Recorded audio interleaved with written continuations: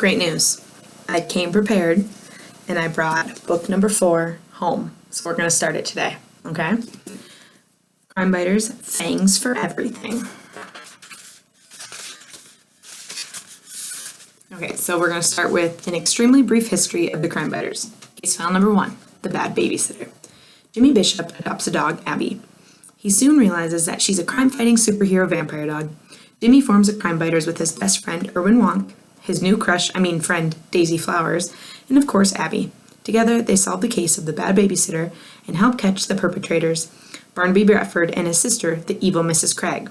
Then, they make friends with Barnaby's son, the former bully, Baxter Bradford, and he becomes the 5th crime biter. Case file number 2, the rotten rival. Jimmy's parents make Abby go to obedience school, where she becomes much better behaved, but also more like other dogs. Jimmy doesn't like that very much. Jimmy joins the lacrosse team. Erwin doesn't like that very much. Daisy makes a new friend named Mara. Jimmy and Erwin don't like that very much. Baxter is on the lacrosse team too, but Jimmy quickly becomes better than him.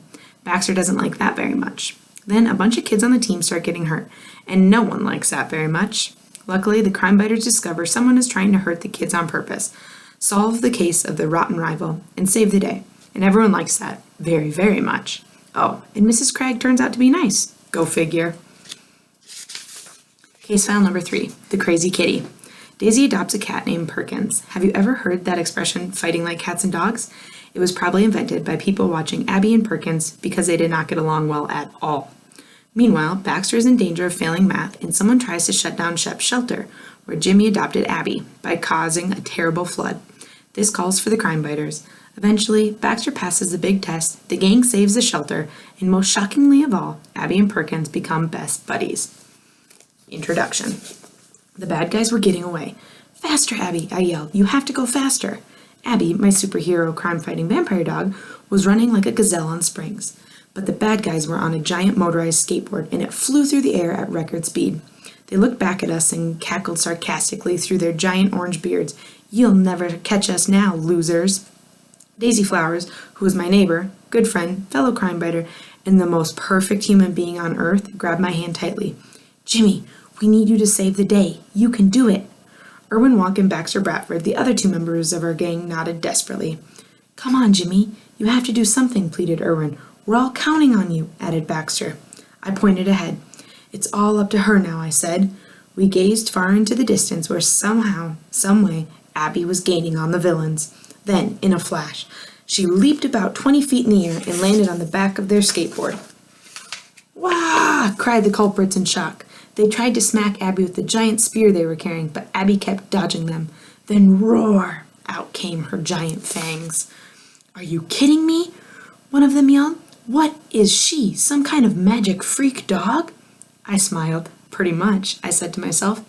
The other meanie, who was driving, decided his only chance was to swerve back and forth, trying to get Abby to go flying off the back of the skateboard. But her powerful claws latched onto the guy's black leather jacket. With her hind legs, she kicked both of the perpetrators in the stomach, then clamped her fangs down on the driver's right arm. "Ah!" he screamed. He took his eyes off the road for just a second, and that was all it took to send them crashing into the thicket of bushes, trees, and dirt.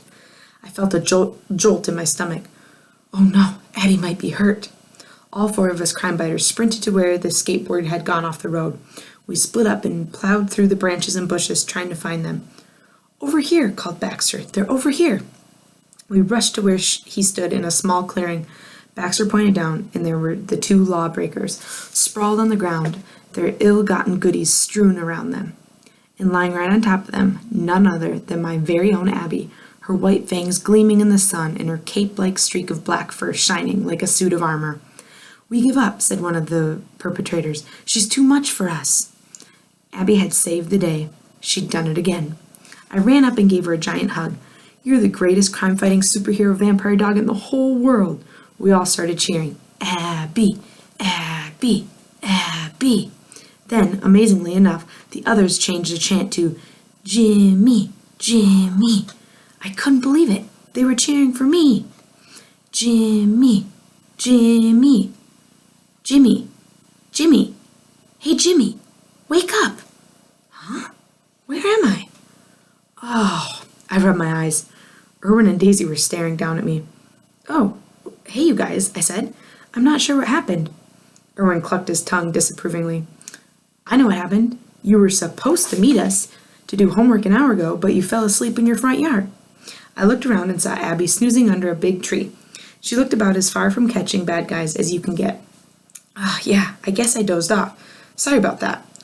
Were you dreaming about Abby? Erwin said, with an accusing tone in his voice. You were mumbling in your sleep, saying something like, You're the greatest crime-fighting superhero vampire dog in the whole world. Really?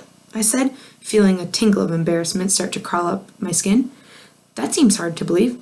No, that's exactly what you said, Erwin confirmed. Daisy smiled sweetly. I think it's adorable that you still think your dog has crime-fighting vampire superpowers, Jimmy, she said.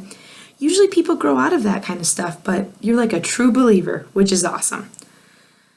I know she was trying to make me feel better, but it kind of had the opposite effect, because I knew what she really thought was that I was behaving like an immature little kid, and I was starting to think she was right.